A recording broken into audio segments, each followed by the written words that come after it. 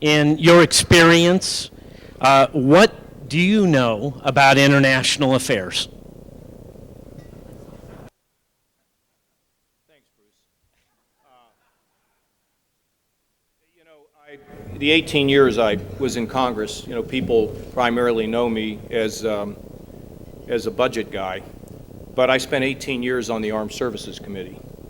So I had an opportunity to really understand our military strategies and a lot about foreign policy, Bruce. I mean,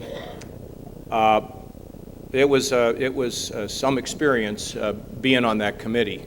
I was on it early on in 1983 in the middle of the Cold War, and then, of course, I was there long enough to begin to see the change.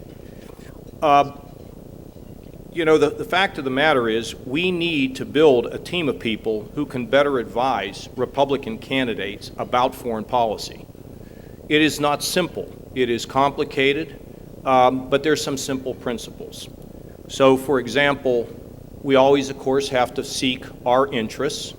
We have to constantly build allies around the world, and we have to stand for things. And sometimes it may not be so comfortable. So let me give you a couple examples of what I did when I was in the Congress.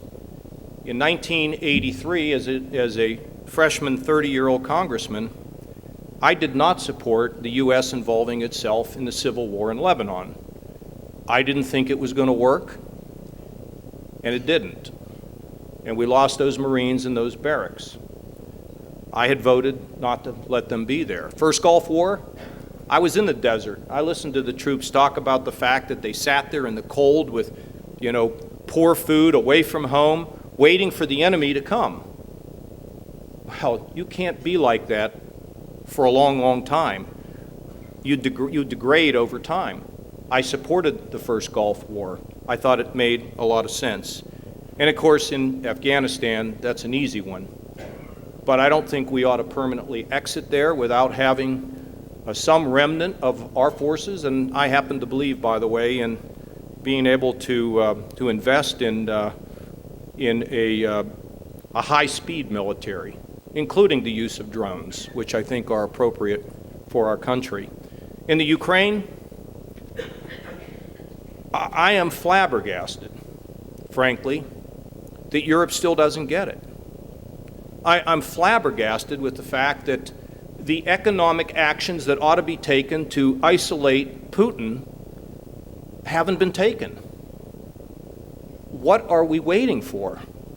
Now, part of that, I think, is that we have not had the discussions at the highest levels of these governments about the fact that we as a Western civilization or a Western culture, a Jewish and Christian culture, have responsibility in the world.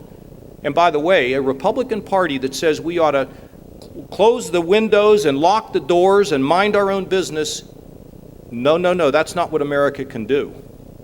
America must be engaged in the world, and we should help the people that share our values. We don't have to go everywhere ourselves, but we ought to be helping the people who share our values. In regard to Israel,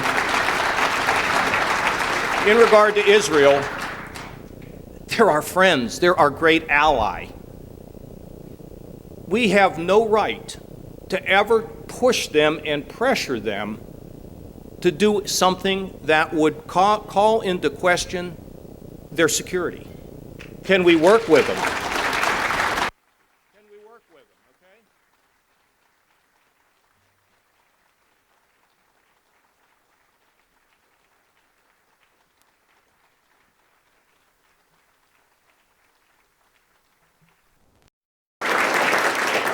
Can we work with the Israelis in terms of what, Gordy Zaks told me one time. He said, John, I said, Gordy, we got to get that peace in the Middle East. He said, peace?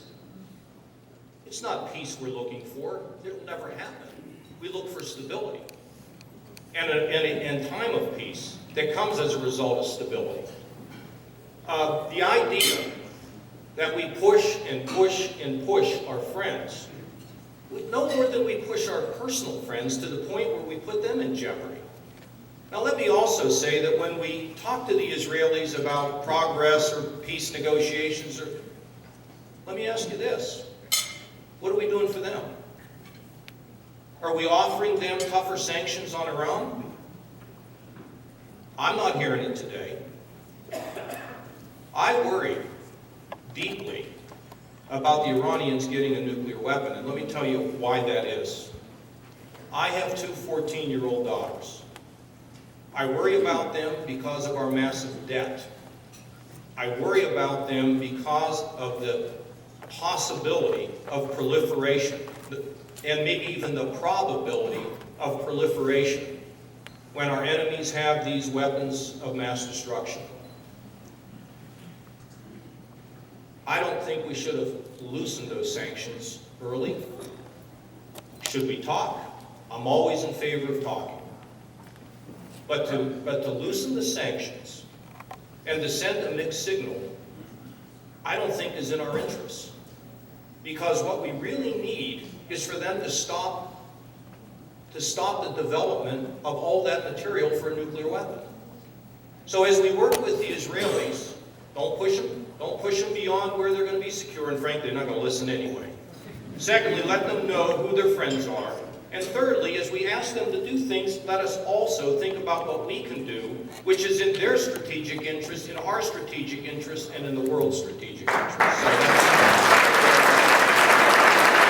Governor, we have time for one more question. I don't have anything to say on that subject. We have Last question, and the question is, Governor, do you have any advice for Republicans to become a majority party or win the next presidential election? Well, look, I think it's a two-pronged strategy. I mean, I think it is to build the economy, just like I said, but I think it's also to show people that we understand their problems. We care about their problems. We want to help them. You know, we want to bring our country back. We want to be more involved in our communities. But if all we are is a one-trick pony, and it's a really important horse, okay?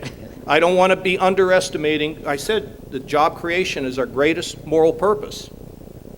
But we have to help people who can help themselves and help people who are stuck that get themselves in a position where they can be successful.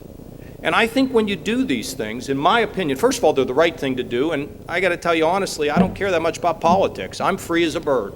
Free as a bird. I'm going to look at problems and I'm going to try to solve them. And if they seem impossible, that's okay. I'll take a bite out of them. But at the end of the day, if people know we get them, we know we get their struggles, and we can build an economy, I think we might get hired, both in the Congress and maybe even as the race unfolds for President of the United States. So, hey, listen, Sheldon, thanks for inviting me. And I want to thank all of you for giving me a chance to come here and speak. I don't travel to these things much, but this was one that I thought was really, really important. And God bless you for what you do. And let's move forward and build this stronger America. Thank you all.